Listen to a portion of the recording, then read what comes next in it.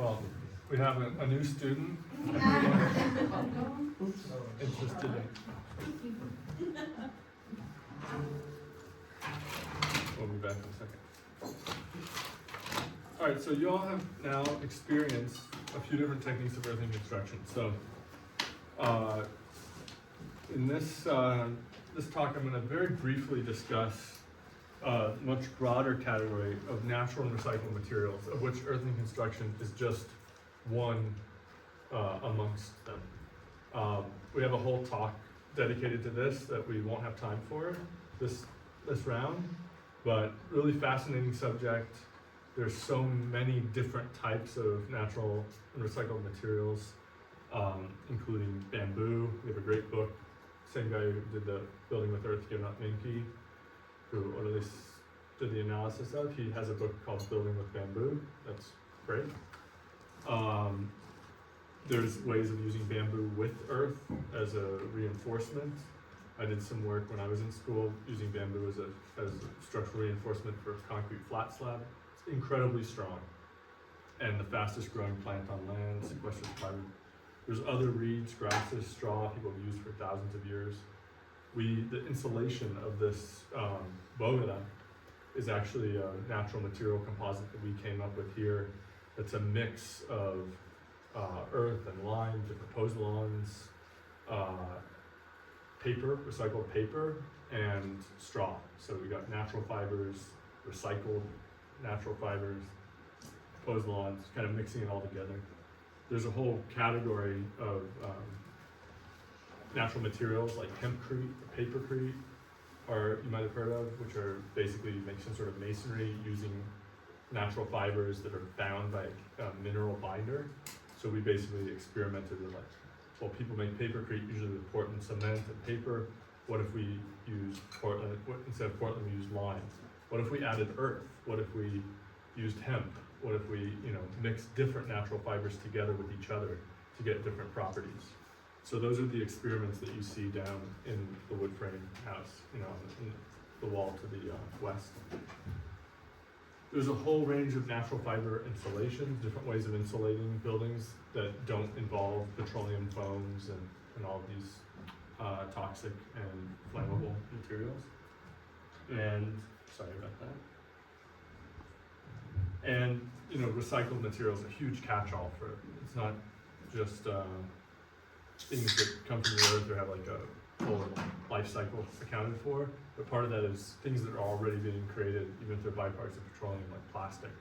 Finding ways to use those waste streams and incorporate them into building materials. So like the recycled paper that we used to insulate this boveda, all was free from the recycling center in Alpine. So there's all these waste streams that we could reutilize in buildings.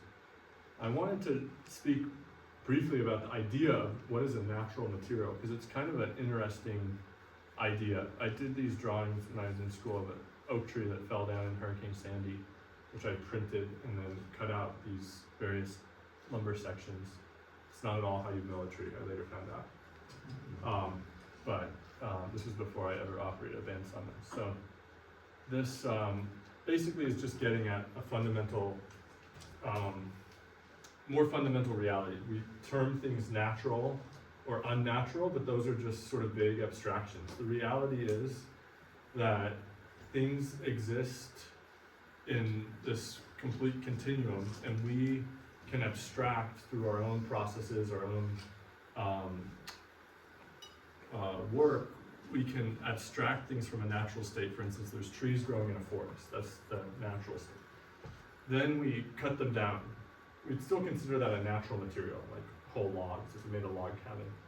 But then we mill it into timber, and it's dimensional. That's another degree of abstraction. Eventually you could get it down to wood fiber for like wood fiber insulation. Is it still a natural material? Yes, I mean it has an origin. Or eventually it becomes just pure cellulose fiber. It's almost been reduced to its pure chemical, very rudimentary state. It becomes paper. Is paper a natural material? I heard, I think Jamal, you were saying yesterday, someone said about the chipboard. You said, well, is chipboard, is it not wood? Because at some point it was wood, so really there is no natural or unnatural. We're just looking at degrees of abstraction. As we abstract things further from their original state, as they occur outside of human intervention, there are increasing inputs of energy, and that could be like energy like kilojoules, or looking at carbon footprint or embodied energy in terms of the amount of manufacturing and transportation. But it could also just be like the human labor component and the amount of time and care that goes into the material. So something like lime that we use today is made from limestone, like we talked about earlier. This is cooked. These are old lime kilns, Mesoamerican lime kilns, but on every continent people have figured this out, that you cook this stone and you get this very useful building material. Is lime a natural material? Well, it comes from the bodies of ancient sea creatures, but we've put more energy into it. And then if it's cooked in these lime kilns that are made out of limestone and cemented with lime mortar, is it different than if it's made, we've already talked about the whole lime cycle, so I'm going to gloss over it, but calcium carbonate, calcium oxide, calcium hydroxide becomes calcium carbonate. Basically, the lime plaster on the building becomes like a seashell again. It's like you take limestone, you put it into a form when we plaster the building, it becomes limestone skin on the building. It's whole cycle. But if the lime is cooked in a kiln like these Maersk kilns, which are made in Holland, and these are the ones in Torreon that lime was cooked in. If it's cooked in a facility like this and hydrated in a facility like this, is it still a natural material? Okay, it's not necessarily a clear-cut distinction. Is that different than if it's cooked in the lime kiln? So there's different processes by which materials can be modified. And at one level, there's just mechanical, so like cutting the wood into dimensional lumber or breaking it down into cellulose fiber. These are more like mechanical processes. At some point, you can introduce heat. You can create, for instance, lime from limestone by introducing heat. You're introducing a chemical change. There's other chemical changes that you can introduce to the point where we can take organic molecules and pull them apart and put them back together to make just about anything. That's how we make plastics and styrofoams. So they're natural. I mean, all plastic and styrofoam was once a living being at some point. The living beings died. It became deposits of crude oil in the ground. It got extracted. Chemical engineers rearranged the molecules. But at that point, the degrees of abstraction are so great. So, and then there's composites. So you can take multiple materials and put them together. So anyway, just some food for thought on this word natural, and also that everything that we're building with, everything we're working with, has an origin and a history and also a destination. So we're trying to start thinking in terms of cycles and temporal relationships across time, across deep time, rather than just thinking in terms of objects and products. Where do the things that go into the building that you're designing, where did they come from? Where will they go in time? So, the issues we have with pollution, with plastic, it's not that plastic's a bad material. We can use plastic, for instance, for these gray water systems. We're using cross-linked polyethylene, but we're using it deliberately. We're using a plastic that's recyclable, that's one of the lowest environmental impacts, that's most resilient. We're not using as much PVC or chlorinated plastics. They're not all created equal. It's not that natural is good, unnatural is bad. We have to educate ourselves about the origins and destinations of materials and start to think in terms of this deep time, these cycles, rather than just as objects that we assemble a bunch of products that we put together to sell to someone. It's a whole life cycle relationship. So when we look at materials, there's a range of different properties that we can use to understand the material, to understand its suitability for the project, but also its environmental impacts. And so a lot of times we talk about embodied energy or embodied carbon, which is an abstract way of looking at the life cycle of the material in one dimension, like the dimension of how much carbon is put into the atmosphere during its production or transportation, how much energy is utilized during its production or transportation. We can make that into a number where we can say for every pound of brick, every pound of plastic, every pound of this much energy was used to manufacture it. We can also look at it in terms of its performance, like its thermal resistance, its R value or its U value as the rest of the world considers it. You guys are all familiar with that as architects. We can also look at its thermal mass. Thermal mass is the property by which the earth, like the walls of this building, are regulating the temperature. It's way hotter outside right now, as you guys know, than it is in here. Why? Because the mass of these walls is absorbing the sunlight, absorbing the heat, and it takes a lot of energy to raise this massive wall just 1 degree in temperature. So most of the energy is being absorbed into the wall. As the day goes on, that heat will slowly accumulate and start to migrate through the wall, but by that time we'll all be in bed, and it will start to put the heat back out during the night. And so by the morning when it's cold, it'll actually be acting to warm the space, so that it will be warmer in here in the morning than it is outside, but it's cooler in here now. That's a very different dynamic type of effect. We call it the thermal flywheel effect. That's a very different effect than the way that we typically think of with passive house or typical energy modeling, where you're just trying to create a highly resistive envelope. An envelope that resists external changes in pressure, creates a strong thermal buffer or boundary through a high thermal resistance, a high R value.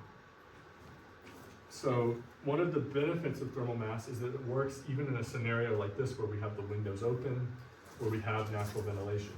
If you're doing the passive house or that type, all the ventilation has to be controlled through specific ventilation, HRVs, and so on. You guys have probably studied. So I like the aspect where we can open up the building, we can use a lot more passive cooling techniques, dynamic processes. But as we talked about some at dinner last night, these are difficult to model, and so oftentimes they get excluded from regulation, they get excluded from what architects think of, but they have a track record that extends back thousands of years. There's also, of course, material strength. You guys are all architects, so you know, compression, tension, bending, shear, all the critical parameters by which we determine the strength of a material are important.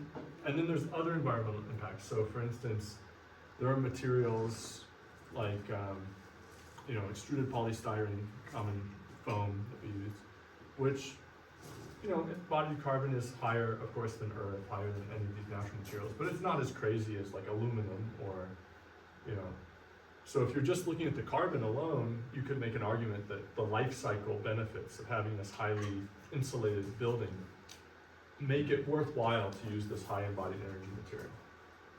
But then you have to look at the other environmental impacts, like where does it come from? And in the process of making it, it's off-gassing lots of chemicals that are highly destructive to the air and the environment in a myriad of ways. Some of it is greenhouse gases, but some of it is actually toxins that end up in our water supply and end up causing all sorts of genetic mutations, things like that. So there's other environmental impacts to consider. So natural materials, I'm not going to go through the list of all of them in our typical talk. I take you through a lot of the different natural materials. So if you're interested in that, happy to talk to you guys after the talk. But broad overview, we're going to dive in now to earthen construction. Earthen construction, earth, this material that you guys worked with today, that you felt, clay, we are deeply connected with this material. It goes back to the origins of human civilization, of what we consider, civilization, which is really a modern, not modern, but a relatively recent phenomenon. We've been in the same mind and body for at least 40,000 years. So someone was born 40,000 years ago, they grow up in Texas in 2020, in the 2000s, they'd be sitting in class with us, indistinguishable. They wouldn't have a Neanderthal head or anything like that, just as intelligent, everything. 40,000 years, all of the major language, written language, cities, all of this is the last 6,000 years, okay? So what happened? In the Middle Holocene, as I mentioned earlier, people started to live alongside rivers again. They started to become more sedentary because they could get their needs met in one location. Before that, Ice Age, have to move around to hunt, so on. We move by the rivers and we come in contact with this clay, this material that the rivers deposit, this soft plastic material. And all of a sudden you see this incredible proliferation of, well, for one, you have like Jalahaya, which dates back almost 10,000 years. But people started to build permanent dwellings and settlements and encampments. They started to mix together the reeds that they were growing with the clay to make these strong materials like we did with the adobe. They started to practice flood retreat agriculture like we talked about. So the first agriculture was broadcasting seeds. When the river retreated, there was this fertile soil left over that was already wet. People started throwing seeds there, it would grow, they harvested, then it would flood again. There was no irrigation, there was no enclosure, it was just alongside these marginal areas of rivers, okay? And it was totally in relation to this material clay. Then they started to incise the clay with different symbols, and we have cuneiform. All the first written languages were inscribed in clay. So you have the origins of written language, and then a little bit later, even in Chalhayak, you have these figurines of these female goddess figures and kind of reminiscent of Venus of Wollendorf, you might be familiar with. But anyway, later we start to make vessels and ceramics. So you have written language, agriculture, manufactured goods, and permanent civilization, permanent settlements and architecture, all originating from our contact with this one material. And there's amazing studies that show that different cultural adaptations seem to occur in cultures that had contact with clay, like abstract thinking. So earthen construction is very old.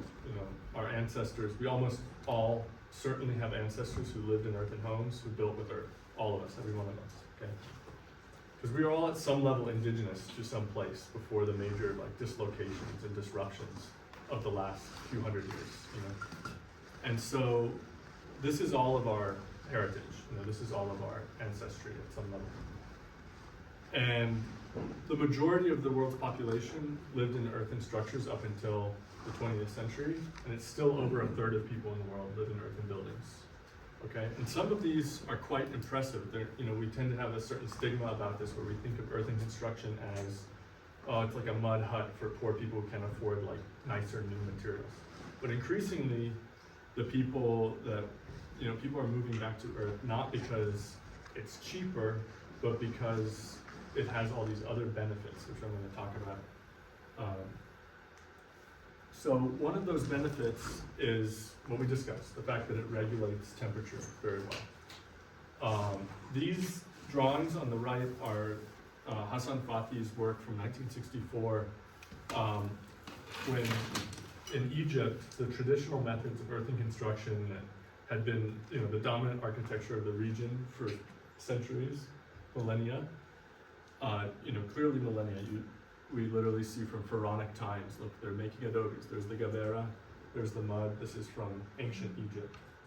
So Hassan Fathi was looking around. All of a sudden, all of these materials from industrialized countries, from England, these prefab concrete panels were being sold, part of colonialism, part of the historical moment. And they were replacing all the housing, all the earthen housing. And so he built a test case using the typical precast concrete panels of the time and using the typical earthen. This is the graph of the temperature inside of the earthen building. The dashed line is the inside temperature, and this is inside of the concrete building, okay? The shaded area is the human comfort zone, and the dark line is the outside temperature. So you can see that in the peak heat of the day in the earthen building, that it was, first off, the temperature only varies by about 4 degrees Celsius, while the outside temperature varies by 13 degrees Celsius.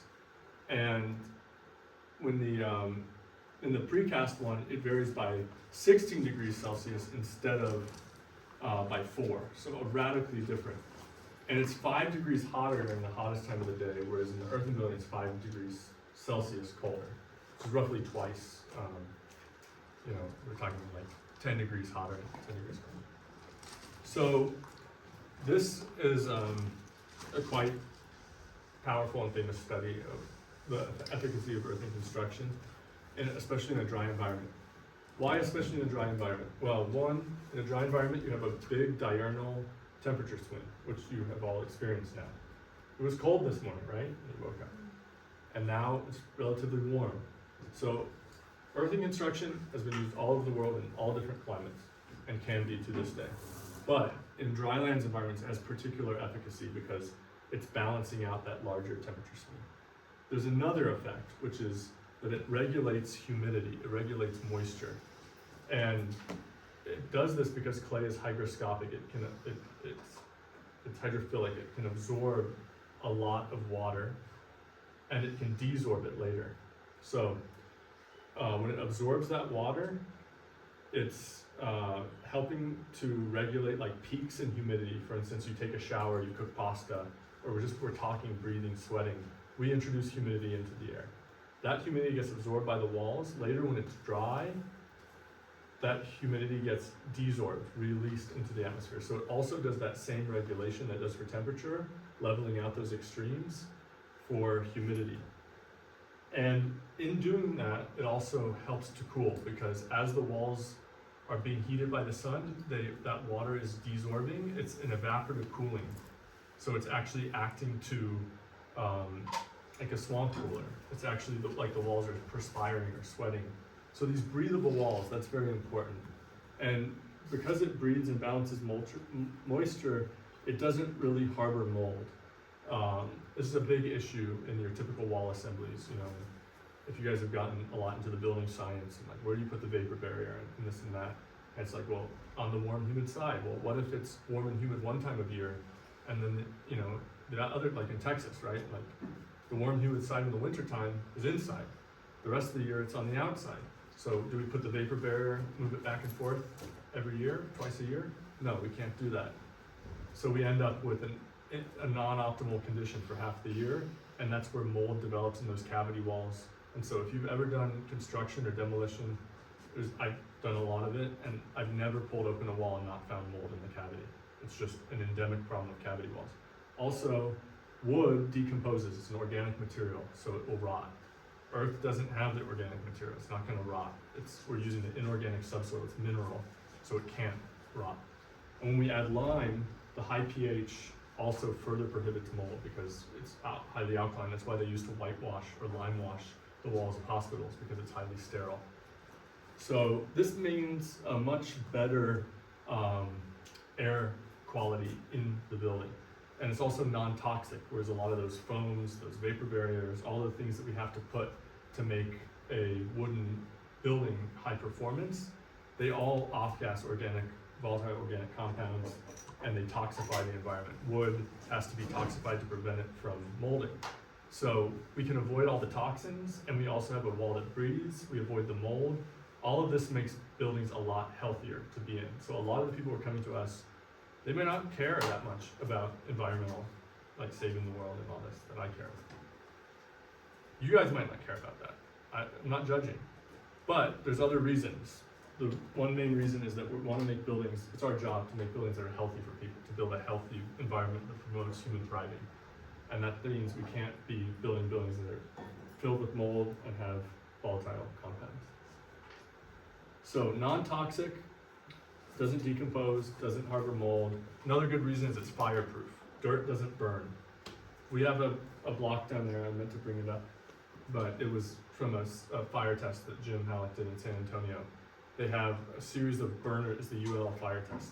They have a series of giant burners on one side of the wall in a big array, and they just torched that thing for, I think they did a 4-hour test. And after 4 hours, all that happens is that the edge of the earth block turns like pink, like these bricks. It becomes a fired brick on the edge.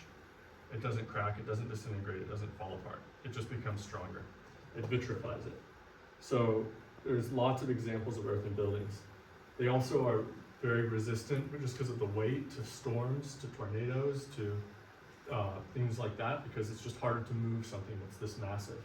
and they have great longevity and durability.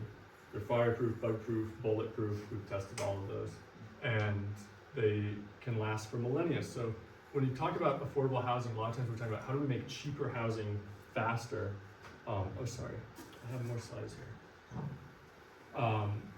How do we make cheaper housing faster? That's the whole affordable housing question.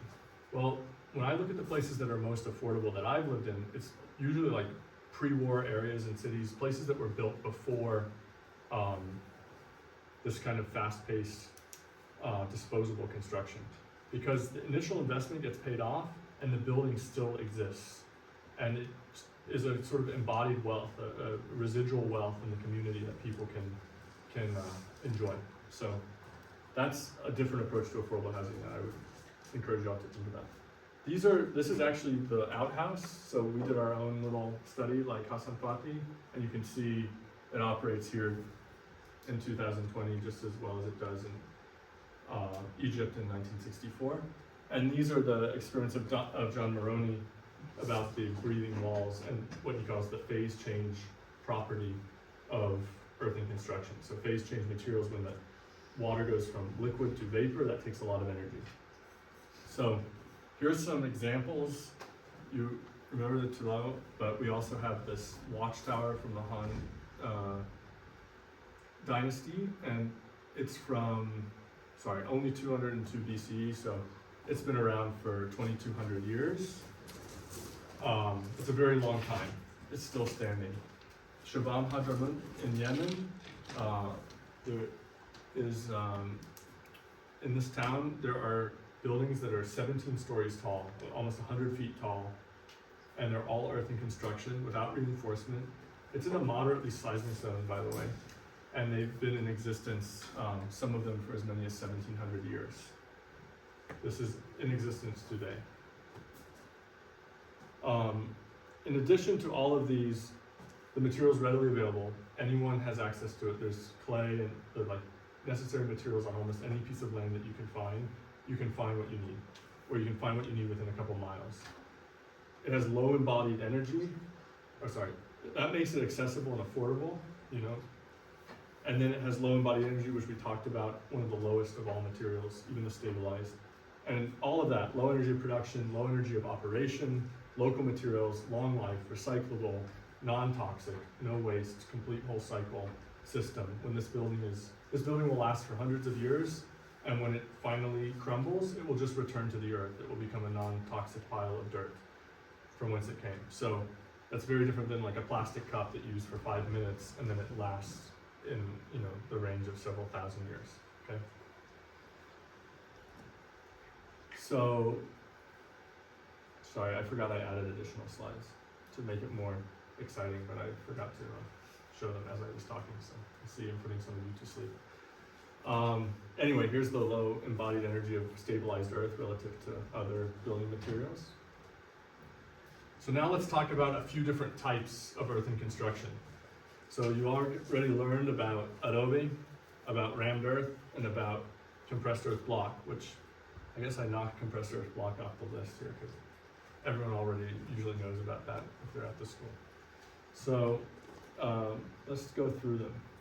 One of the oldest methods is called wattle and daub, or bahareke. And in this method, a sort of framework, a lattice work of wood and reeds and other organic fibrous organic materials is constructed. So it can look very different. In the example here from Vienna, you have your typical wattle and daub. You guys are familiar with that kind of post and beam construction, where in between this kind of timber frame building, all the interstices are filled with an earthen material. And it looks like this. It could look totally different, like these musgum from Cameroon. I have a book here about those dwellings that it's mine personally and very dear to me, but you're welcome to look at it. And it describes how these operate in very many ways. Beautiful. But my point here is that they can look totally different. The same construction method, but employed in different ways. In both cases, the commonality is that there's a framework of wood or reed that then it has a lattice woven between it, and then earth is applied to that. Cob is a technique where you take a mix, a lot like the adobe mix that we had today, and you apply it directly to a wall. So this is a image of our pizza oven in construction up here. So we took the little balls and we kind of just made like a coil pot. We kept going around and around and around until we got to the top. In the middle was a form of sand. Once the clay was complete, we removed the sand and then we fired it in the oven, okay? Nadir Khalili, who founded the Cal Earth Institute in Hesperia, California, where they do a lot of earth bag. He has a book about this technique of building a building like this and then actually lighting a giant fire inside of it, making it like a kiln, and vitrifying it so you have a ceramic building, and even adding like glaze so that the inside of the building is actually glazed. And I have a friend who got a grant and did that in Montana, and so it actually is possible. This is the string loan method that Elise can, in the eco village of here at Minky. So they actually extrude these tubes and then, or these like logs, and then they set them down, making like a coil pot building. It can be straight walls, like this is a small casita that I designed in New Mexico and a friend built. So earth bag is the method that we used for the shower building. Earth bag, this is the one also I just mentioned, Nadir Khalili, Cal Earth Institute in Hesperia, California.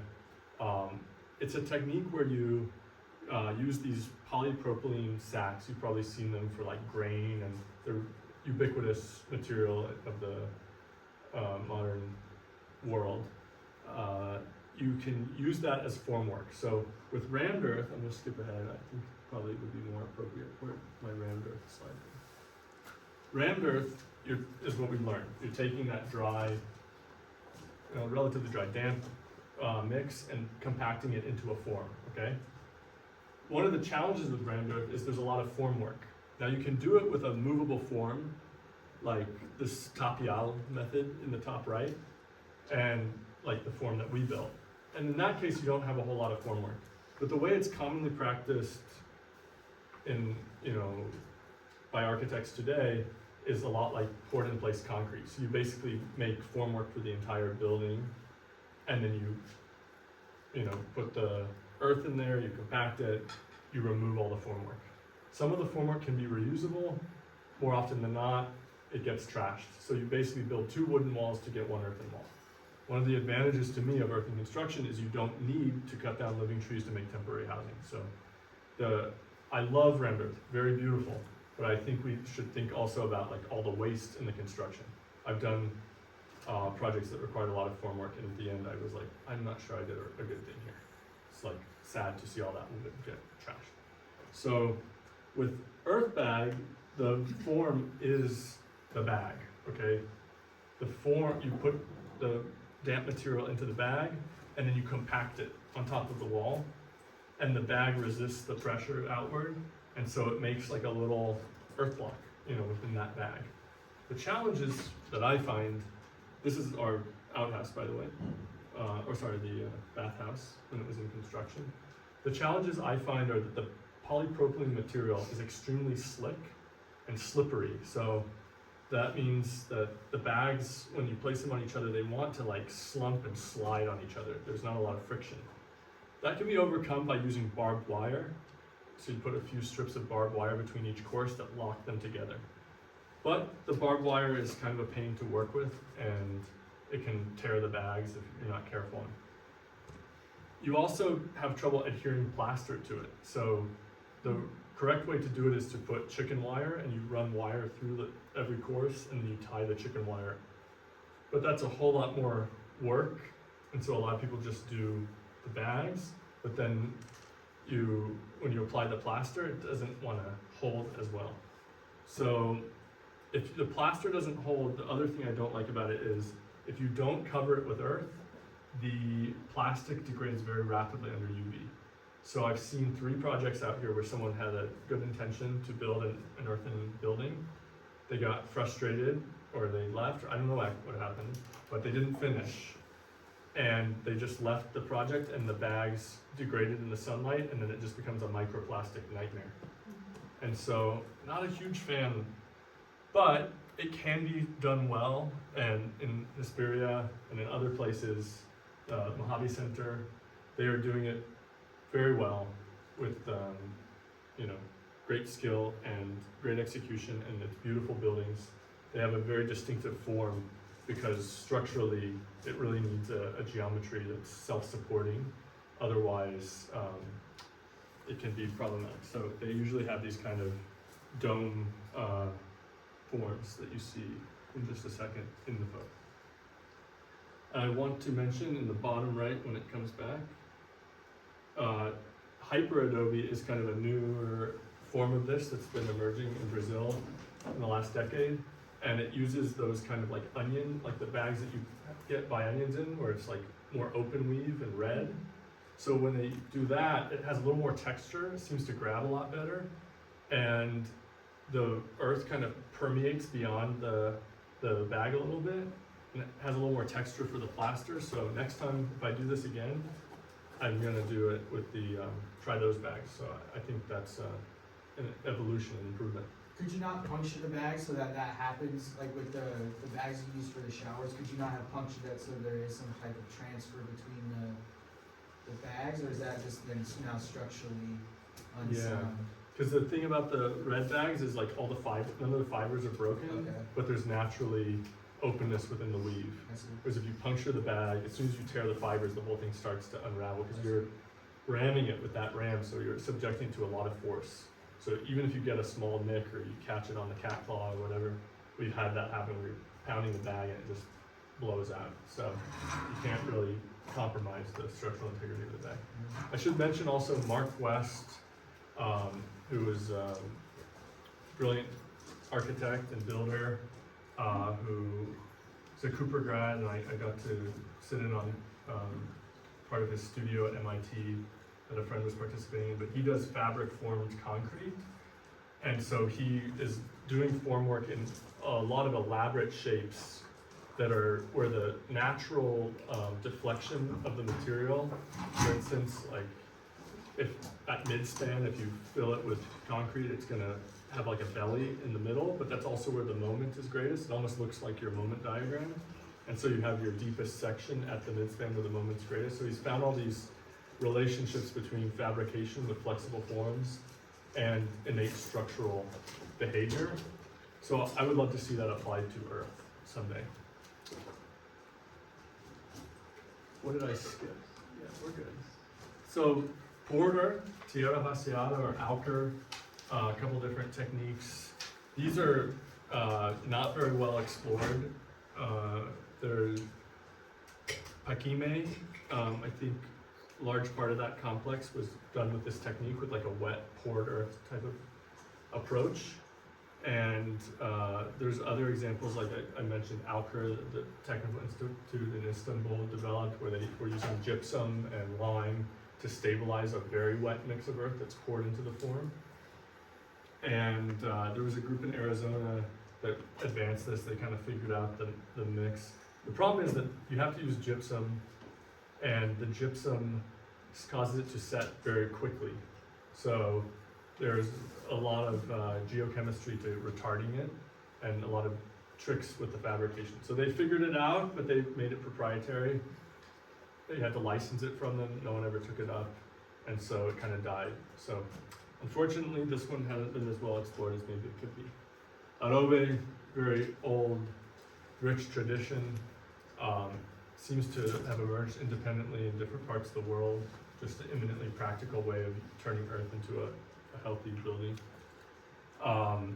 But interestingly enough, so top left is the Dar al-Islam Mosque of Hassan Fatih's largest work in North America. I think at the time the largest earthen building in North America, maybe since like Taos Pueblo and some of the ancient examples. but beautiful place to visit in Abiquiu, New Mexico. And while he was teaching there, he had some apprentices. One of them's name was Simone Swan. She came down here to Presidio and built Adobe using these Nubian vaults and techniques she learned from Hassan Fatih. Started the Adobe Alliance in Big Bend. And so there's this history, and it was interesting to me when I first stumbled upon this place that the things that I had been studying in North Africa, I was finding that tradition alive here in the remote part of West Texas because of this strange history. It also, of course, has come to Mexico and this part of the world through the Islamic Caliphate in Spain, the Spanish in Mexico. So, wild. And rammed earth, which you guys got to experience directly, can be formed, like I said, in a small movable form, in a large form of the wall, can be laid in these layers to get beautiful effects. Super longevity. I mean, these Tulao, or that example of the watchtower in China that's 2,200 years old, those are rammed earth. So the oldest ones we have are rammed earth. Oh, and compressed earth block, a mix of rammed earth and adobe, modular masonry, but made in a machine. We've already talked about it, so I won't go into it too much. That's the Simba Ram on the left, the hand press. And then this is our larger block machine, the ACT 3500, that makes the 10x14s. That's how we've done this building, the one in Marathon. Most of the larger production work is with the larger machine. This is this building in production, in construction, this wall here. And this is, yeah, that's the end. So basically, instead of thinking of it in terms of these distinct methods, it's good to know of them, it's good to understand the history and the origins of things. But I also want to encourage you guys to just look at the material reality like in its full complexity. So there's really a whole range of earthen construction possible, and there's many more techniques that I didn't cover here. And you could look at them in terms of how wet or dry the mix is. So the drier mix is like earth block, rammed earth, earth bag. It requires a form, requires tamping. As you move into the plastic state, you get to a place where you don't really need a form. You know, you can do kind of like cob, strainlim, wattle and daub, bajareke, bausch. And then as you get wetter, you kind of need a form again. So you're getting past the liquid limit, or into the range of the liquid limit. That's where things stop behaving plastically but start to flow. And that's kind of on the cusp there is where we get into adobe and porter, tierra vaciada, algar, and so on are totally liquid, okay? So here's a little slide I put together. And this one is just to show that you can combine different methods together. So in this case, there's rammed earth building, this is from Peru, and then the upper level they did with adobe. So they were like, once they got up overhead, they were like, we don't want to be moving this wet mix and forming, and it's a weird shape. So they just started using masonry. Here's a one that was an adobe building, they finished it with cob. So you don't have to choose one or the other. Now, I'm just going to talk more about like the material constituents of earthen construction. And typically this leads into a soils lab talk that I collaborate with Heather on. And we sometimes get into like some really detailed geochemistry. It's never a good idea to do that one after lunch because it can get kind of dense. But I'm going to just give you the basics, try to keep it a little bit, try not to go too deep. So like we talked about before, one of the most basic ways of looking at a soil is in terms of the particle size. And you can use screens to segregate a soil into its various particle sizes. So this is a like actual lab set of screens.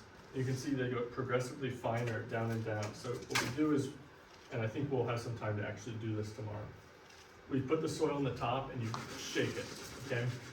If you're very fortunate person with access to a materials lab, like say a student at UT, you could put it on the shake table and it'll just go around. But we do it manually, and I'm thinking of building one with an orbital sander. So there's inexpensive ways to create this effect.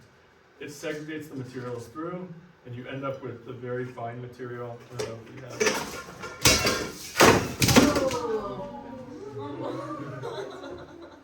You end up with a very fine material towards the bottom and on down. So at some point you have to use water to separate it. So that's why this one is, formed like that, because the finest particles you have to use a wet process. So that's with less gymnastics and spilling of things. That's how we analyze the soil in a very preliminary way. So at certain arbitrary intervals, we have created these. I can pass these around. What is that when you guys are clay or silt? Like at what level do you start wet screening or wet separation? So the finest screen that we can pass it through, 200 microns, is our fines. So fines is both silt and clay. Okay. We cannot tell the difference by screening between silt and clay. We're getting down to particles that are so small that, like, the limitations of the size of the screen, the metallurgy, and so on. At some point, you actually get to the zone where these electrochemical relationships are relevant. For instance, just an interesting aside, what is sharper, a carbon steel knife or a stainless steel knife? Right, so if any of you guys cook or you have, nice chef's knives, nice Japanese knives, they're always carbon steel. Okay, because a stainless steel knife has chromium in it. A chromium atom is larger. In a really sharp knife, you're getting down to 1 atom's width at the very edge. So the fatter chromium atom means that stainless steel can never be as fine as those carbon steel. So at some point, the world that we're aware of, that we interact with its set of relationships that we know intuitively, at this scale, starts to break down to a world where things are very weird, where there's these electrostatic and electrochemical relationships. That's why, it's different for a fly can walk on the glass, That's why water behaves very strangely at small scale with these vast, has those capillary actions and these, so plants can breathe and move xylem and phloem without any, motor force. So anyway, with clay, we're kind of getting to a zone where, that's why I call it the magic. We're moving beyond where we can intuit behavior based on simple mechanistic relationships that we're used to from this scale. And we get into the weird part, the alchemia, the alchemy. The word alchemia comes from what language? Anyone know? Like algebra, alchemia. Arabic. Yeah, it comes from Arabic, right? Al Jazeera, right? So alchemia was the mud in the Nile River. They had these vessels, amphora, that are pointed at the bottom. Have you ever seen these ancient vessels that have a point at the bottom? Why are they pointed at the bottom? Not very practical to stand them up, right? You ever wonder why?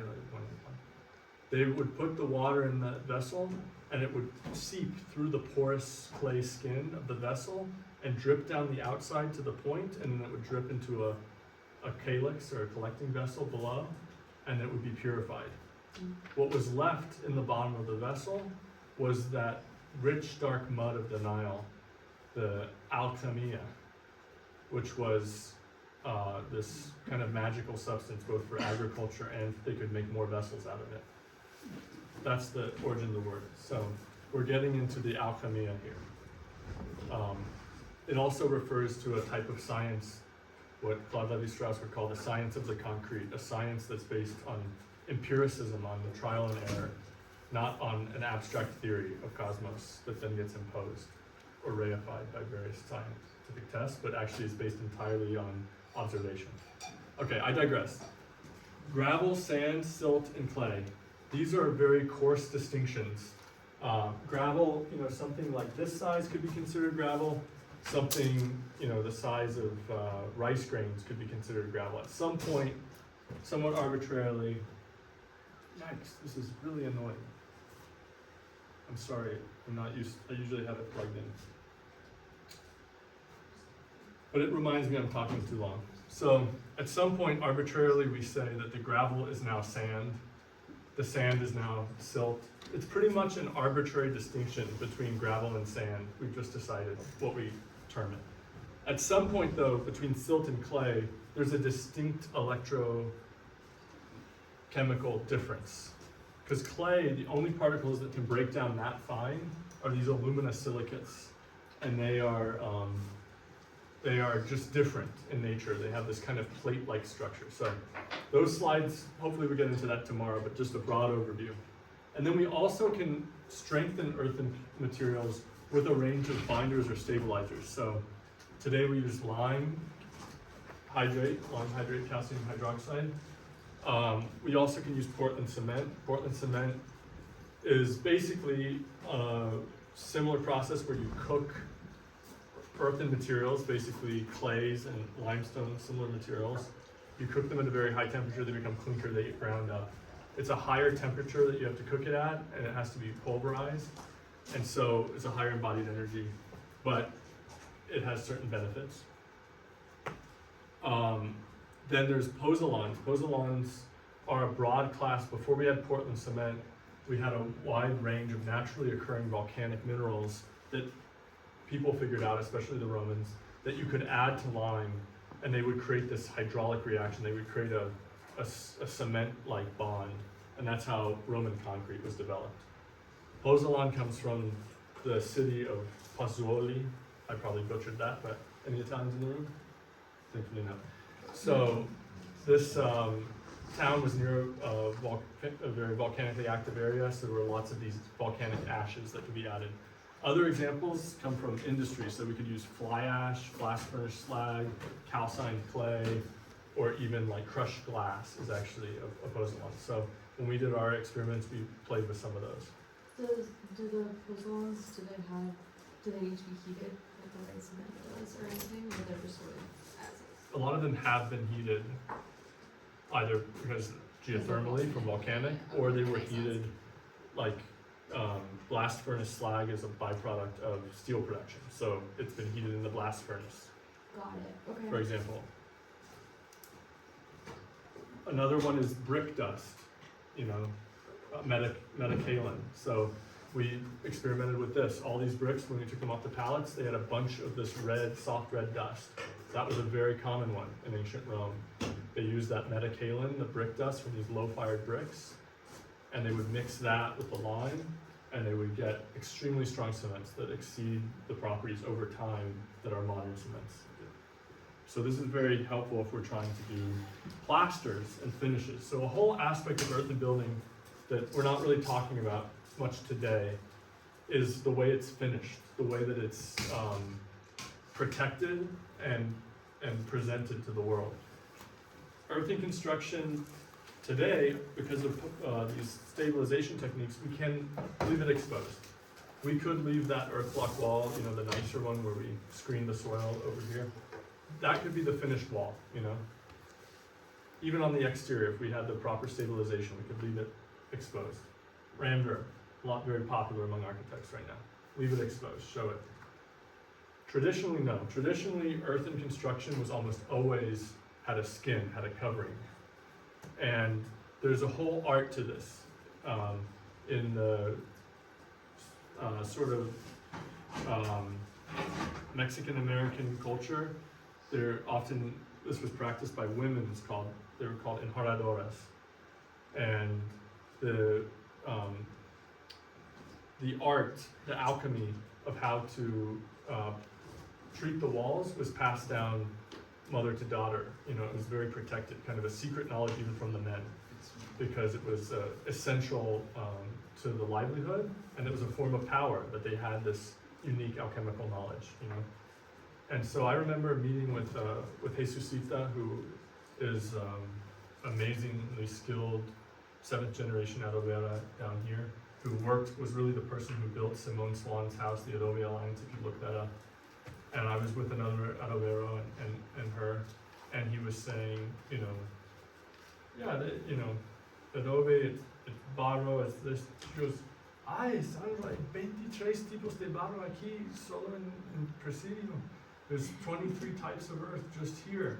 And she started going, it's el amarillo, afuera is really good for this. There's this other one over here. This one is only by the river. I like to use it for this. I was like, oh my God, you have such a deep, this is not the knowledge of one person's lifetime. This is the knowledge of many people's lifetimes passed down generation to generation to generation and accumulated over generations of trial and error. And it's not theoretical knowledge, it's knowledge of people who have tried it, have come about it the hard way. Because most all of these natural building techniques were arrived at by, like I said, that process of subtraction, by trial and error. They tried many, many different things. Most of them didn't work, a few of them did, and those ones were what was replicated. This is the type of knowledge that can only happen over deep spans of time, over generations. There's many, many sciences that are much older, and much more sophisticated than our Western science. Our Western science is very powerful, but it's also very young. And we're losing a lot of these deep knowledges, these deep time understandings and material cultures. So this is a real moment for our generation. A lot of the last generation to know these things are in their 70s, their 80s, their 90s, are already dead. And so if that knowledge dies with them, that's an extremely powerful tool that now our generation does not have in terms of repairing this earth and making it livable for our next generations to come.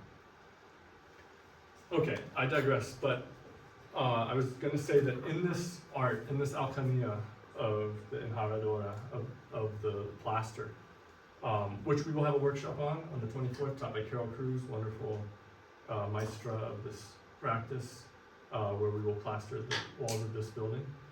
Y'all are welcome to come back. We will look at a range of other binders that can be used. Many of these are organic binders. So earlier we were talking about purely mineral on the previous slide. Mineral, not organic, everyone understand the difference? Organic, from living beings at some point. Carbon, hydrogen, oxygen, nitrogen. Okay, these 4 sky elements that compose all of living beings, all of the organic molecules on Earth.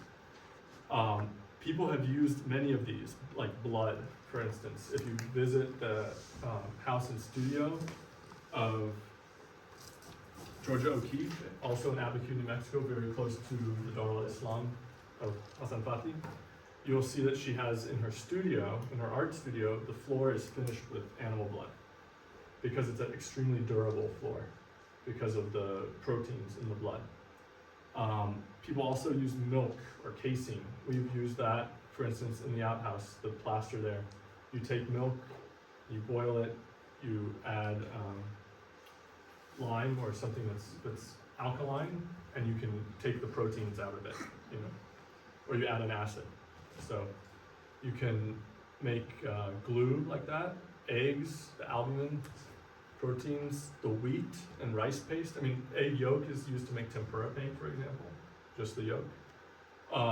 One that we use all the time because it's economical is wheat paste. So if we have any flour, like, that has gone bad or a mouse got into it, we use it in the building. And you can there's a strategy that we'll teach in this workshop upcoming, but you can take wheat or rice or basically most starches and turn them into a paste that you can use as a binder with earthen materials. Then there's like some stranger materials that are kind of the process of organic life and modern chemistry that we are starting to experiment with. Xanthan gum, which actually comes from a bacteria, a very particular bacteria. Where do you see xanthan gum? Oat milk. Very good. Oat milk, salad dressings. What does it do? It's like a thickener. Very good. Yeah, it's a thickener with specific property that it breaks down rapidly under shear forces. So, salad dressing. You shake the bottle of salad dressing, it becomes very liquid. You then pour it on the salad, and it sets, it gels, and it holds onto the leaves, so that unlike a vinaigrette that just is all at the bottom of the plate, you have salad dressing on the leaves. So wonderful. So xanthan gum, similar property, very helpful in plaster. We've been adding some xanthan gum to our lime plasters. When you are moving it, it's subjected to shear forces, it flows. When you stop moving, it gels and holds in place. It's helpful. There's alginates, things that come from algae, other biopolymers and organic stabilizers that, like, that come from chitin, things from the shells of mollusks and shrimp, arthropods. And then there's other synthetics like acrylics and elastomerics. Like the roof of this building, for instance, is a product we get in Mexico. It's simply called impermeabilizante, but it's technically an acrylic elastomeric roofing membrane, liquid applied membrane. Acrylic is one of the less toxic as you go into more and more robust, like PMMA and epoxies and two-part mixes. They last longer, but they also are much harsher on the body and harsher on the environment. So worth considering. The acrylic lasts about 10 years, but it's water soluble, easy to clean up, doesn't off-gas, it's a lot nicer work. Did that algae-based cement, what, do you know what that's called, and is it on the market as of 2024? Oh sorry, that's funny that I have that on Yeah, the like, slide. did that come to pass? Yeah, this was from my, I made this slideshow a little while ago. It did. It's not on the market, but they have successfully made cements where they replace the Portland almost entirely with alginates. It's exciting. It's so far has not been scalable from an economic standpoint. Okay. So then there's a whole nother subject within earth building, which is the use of fibers to reinforce. So we talked about this already with the adobes that we made today. We added straw. Remember, what does the straw do? Tensile reinforcement. Exactly, it's tensile reinforcement. It's sort of weaving the whole substrate together. It's weaving the whole matrix together by having these fibers that can resist tension, can resist being pulled apart, that extend through the whole matrix, the whole material. I would highly recommend when we finally cast that topography, which Charles and I discussed it, and I have some ideas and notes for you guys, but I think probably not going to happen on this trip. It needs a little more work to get to where we can do it, but I would highly recommend adding some fibers into the mix, okay? Those fibers could be hair.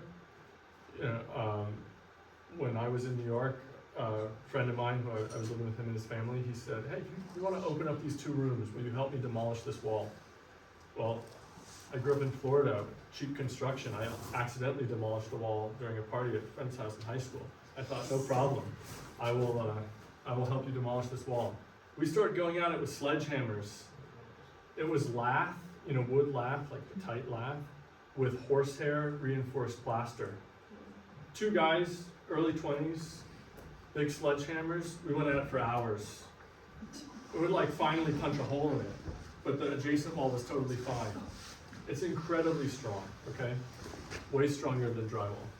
When we made the pizza oven, everyone put a lock of their hair and we reinforced the plaster.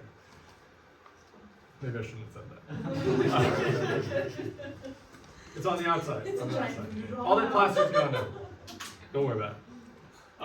Manure, we talked about this today. People are looking for the most efficient way of doing things. They get tired of wandering around the field cutting grass and chopping it up. And out there in the field, they see a cow. The cow's also wandering around getting grass, chopping it up. And they say, what if we just use the manure? It's already pre-chopped. Then they also found that the manure has some additional properties, that it has some enzymes that we don't actually understand exactly why, but I've heard many earth builders swear by it, especially the fresh stuff, the green stuff right out of the cow. Great, add it into your earth materials. I've used it once in Mexico, and it's, it works. I don't know how fresh I want it to be. The burlap, there's basically fabrics that are made burlap from sisal fiber, really helpful. These windows, for example, when we were making the curvature that ties the window bucket and makes that nice round curvature to the outside plaster, we use burlap stapled in, we wrap around, and then we can plaster it into place. It provides tensile reinforcement, and it helps hold everything together, makes those nice smooth curves, and the plaster can bond to it. Am I going over time? Is that way? Just checking. Okay, thank you. I'm getting close to done. Then there's all these modern materials. So there's diamond lath, that expanded metal lath. Very effective, nasty to work with, cuts your hands. It also creates a Faraday cage around the building. So if you you do an earthen building, it already cuts down on electromagnetic signals for good and for bad. Good news, we are overloaded with electromagnetic signals. If you actually listen to the airwaves, we're inundated all the time. In an earthen building, it's quieter, not just to the obvious acoustic sensation that we can readily perceive, but to these more subtle things that our bodies are aware of that we're not consciously aware of. When you put the cage around it, you no longer can make phone calls from the building. It totally cuts down on all the electromagnetic stuff worth thinking about. Also, the lath and wire work well with cement and even lime plaster. They don't work well with earth. Oftentimes, they will actually accelerate the degradation of an earthen plaster. So better use the natural fibers with the earthen material. The whole thing is breathable. The whole thing allows moisture, water vapor to move through it. When you start to use the metals, you have condition where that moisture is moving through and it can condense. You have dislike temperatures, non-compatible coefficients of thermal expansion. One that we use, gosh, I was just about to tap it. One that we use a lot is basalt mesh, which I meant to have the sample here, but basalt mesh is made of volcanic rock, basalt. It's heated and extruded, and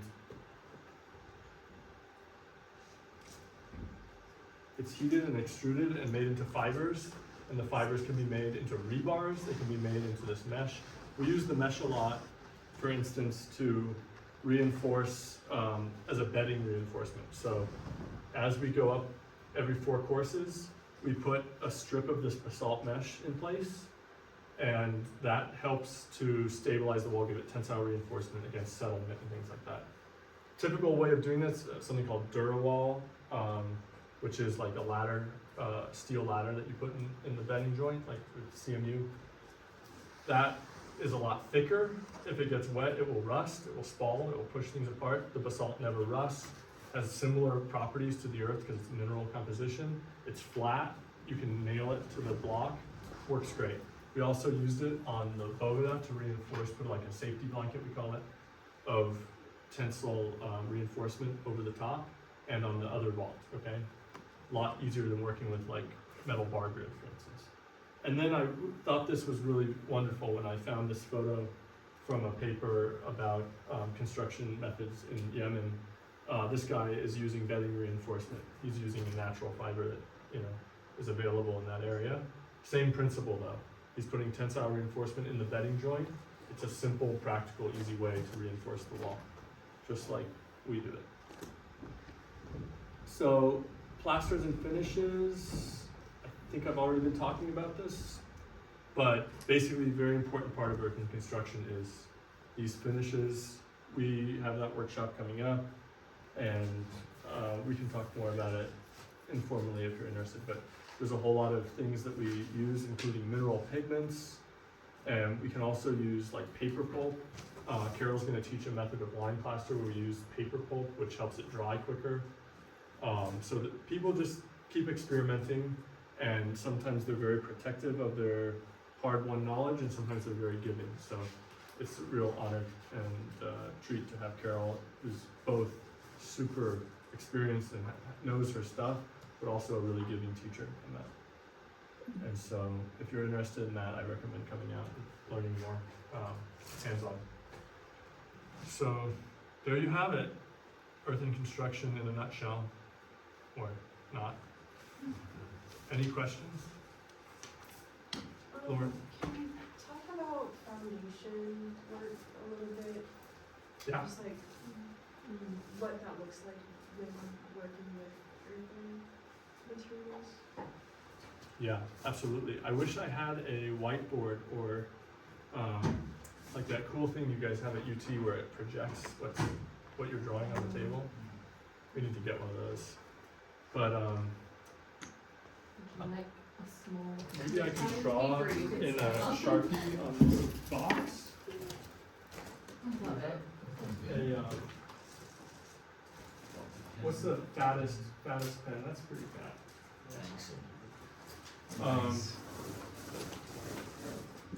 Maybe I can get just a pure white. Oh, beautiful! I love that.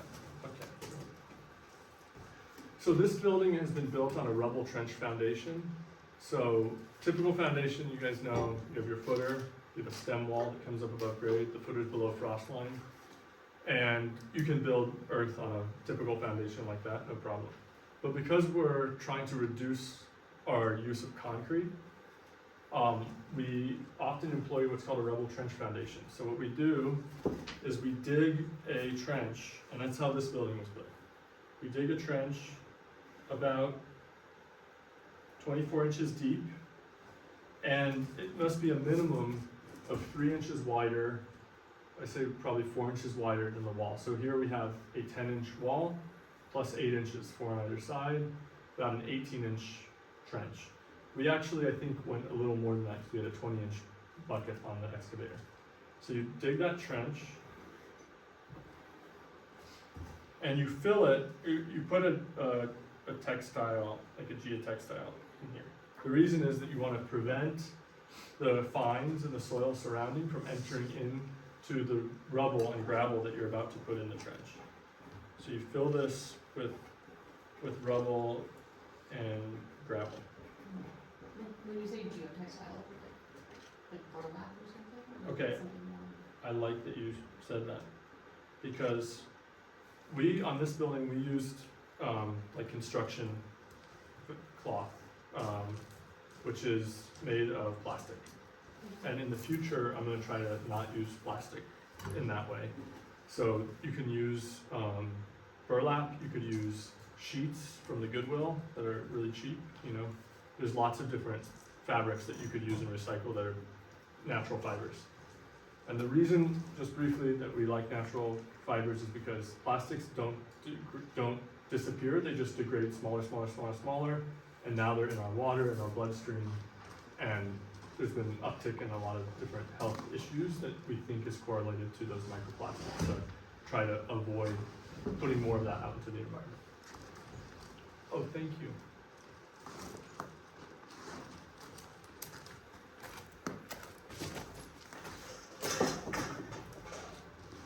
Heather has brought some great example materials. Thank you so much. This is the basalt mesh that we were talking about that we use to reinforce the bedding reinforcement. While you guys look at that, I'm going to get ahead on the drawing.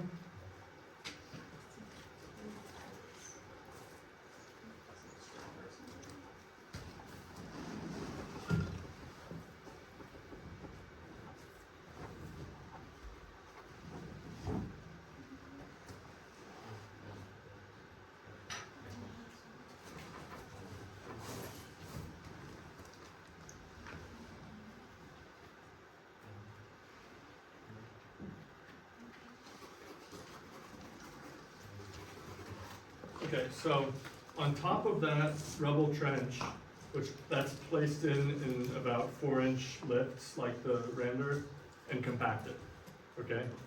So why do we do a foundation? To stabilize the rest of the building. Yeah, we're trying to mitigate that effect I was talking about where the earth is moving, things are shifting. We don't want the building to be shifting. So we're trying to create a base for the building that's not going to move. Why does the earth move? Usually the earth moves because of water. And I'm not just talking about water on the surface of the earth that's very apparent or causing erosion, but water that's moving through the earth. So there's flows of water where water is moving through materials all the time. whether in a liquid or vapor form. And so there's flows of water underground. When you have clay in the soil, it's expansive like we discussed. So that clay will heave when it gets wet. So one thing we want to do is we're removing the clay and we're putting gravel, okay? The gravel is not going to heave the way the clay will. The gravel also allows the water to drain away, so we're just kind of eliminating the water as quickly as possible. As soon as the water enters there, it goes. The whole trench, like in this case, the building's kind of, the uphill is this corner, okay? It was asked earlier, why is the building oriented this way? In the next talk, we'll discuss some of the solar reasons, some relationships. There were other relationships, like I wanted to frame Gunsight Mountain and Turtle Mountain and Lone Point Mesa, and to look at the school from this. So, I'm not blind to that just because there's environmental factors. Another is the slope. The slope's coming down this way. I never want to place the building like this into the slope where it's going to hit this face of the building, and how do I deal with the water? It's always best to present a corner. So as the slope comes this way, the water has a way around. So in this case, that trench was dug so that the high point's in that corner, the low point's in that corner, the bottom of the trench. So it's actually a little deeper in some places than in others. And that way, when the water enters into here, it migrates down and it goes out to the low point. You can see at some point it goes out to daylight, and that's how we get rid of the water. The other reason we don't want water is because of freezing, heat, frost, heaving, okay? So when water freezes, it also expands. That's what heaves the foundation. That's what causes a lot of problems. That's why we go down below frost line. We're trying to get below that zone where the ground can freeze and can heave, okay? There's other techniques like the Alaskan slab, where it's a highly insulated haunch slab that they use in far north, because getting down to frost line, if you're in Alaska, requires going down 10, 12 feet. It's impractical, So there's other techniques. The rubble trench eliminates the water. It tries to move the water away. And in a dry environment like this, we have that advantage as well. So you can get away with a much more minimal foundation. We do put a grade beam on top of the rubble trench. A grade beam, which you can see right here around the perimeter of the building, is a thin strip of concrete. It's the width of the wall. In fact, in the future, I'm going to make it slightly wider than the wall. So on the outside, there's a little ledge, so I can have my plaster die into the grade beam. On the outhouse, you see, I didn't do that, so we used a piece of metal that creates a little lip for the plaster. That metal moves some, and you can see places where the plaster's cracked at the base, so that's something learning through doing. But basically, about the width of the wall, and maybe slightly wider to account for your plaster, and it needs to be about 8 inches deep, okay? And you can put 3 number 5 rebars at the bottom.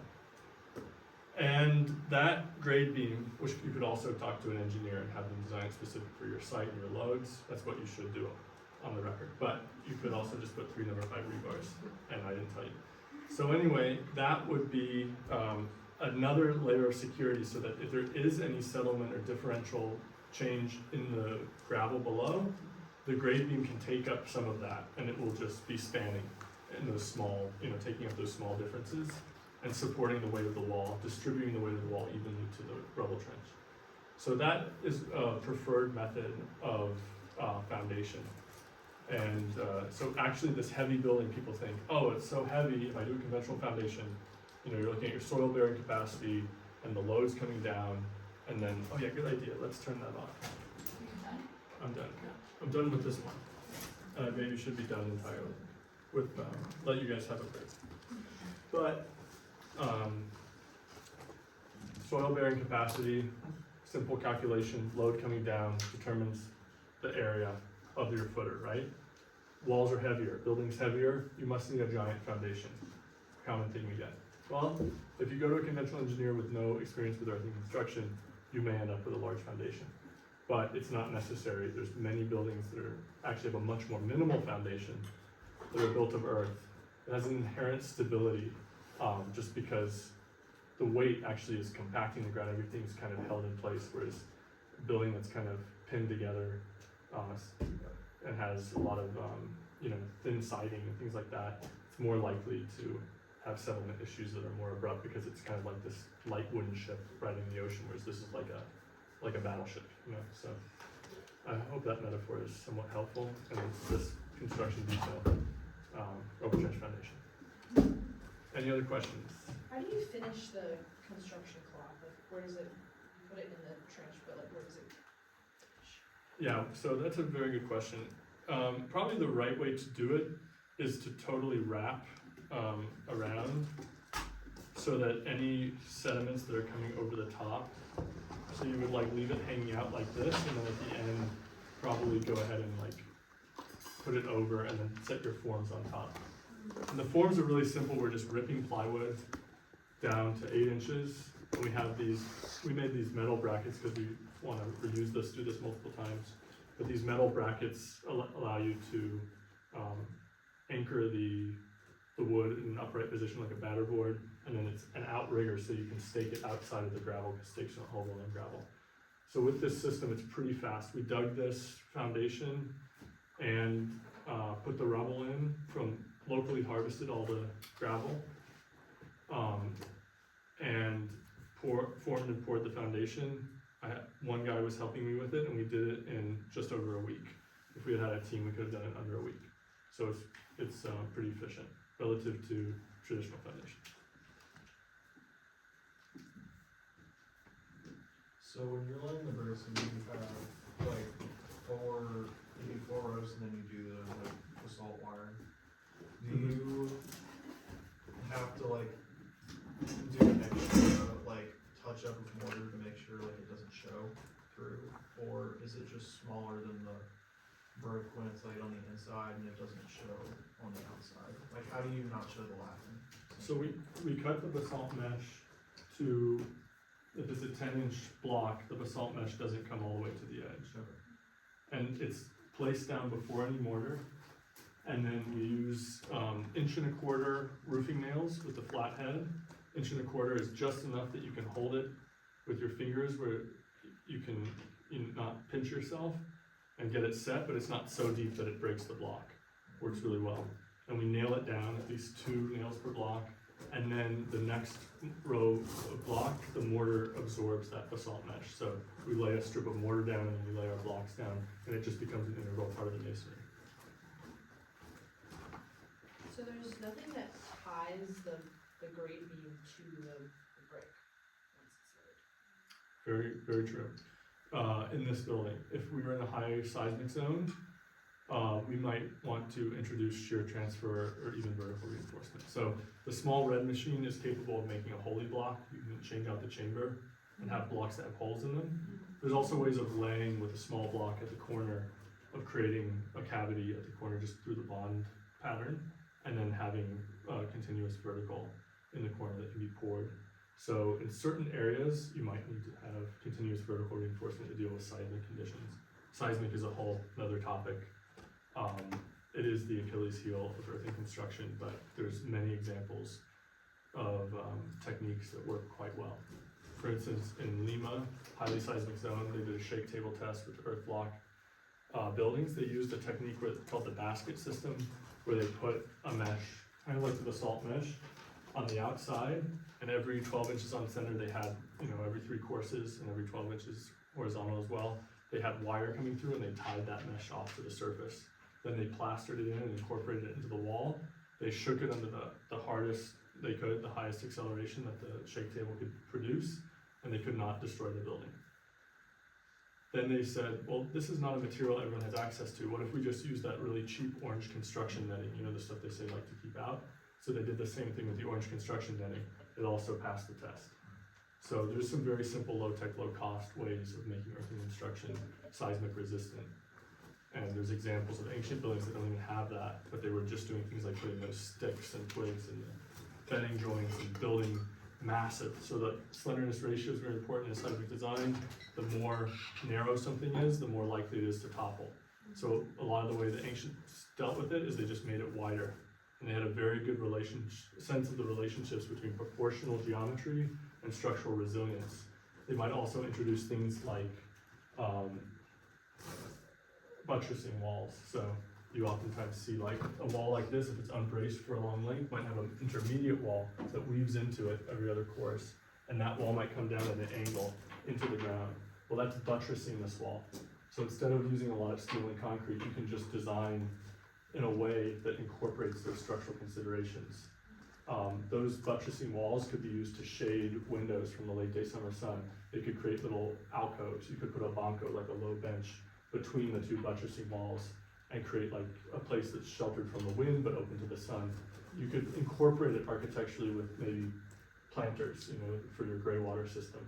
You could create really beautiful space out of these material necessities instead of treating it as like a problem that needs to be solved. If you hand it to the engineer, and they're never gonna draw a buttress wall that you didn't draw.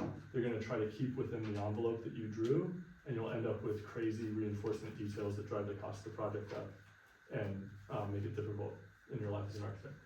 So try to think of creative ways to utilize structure effectively.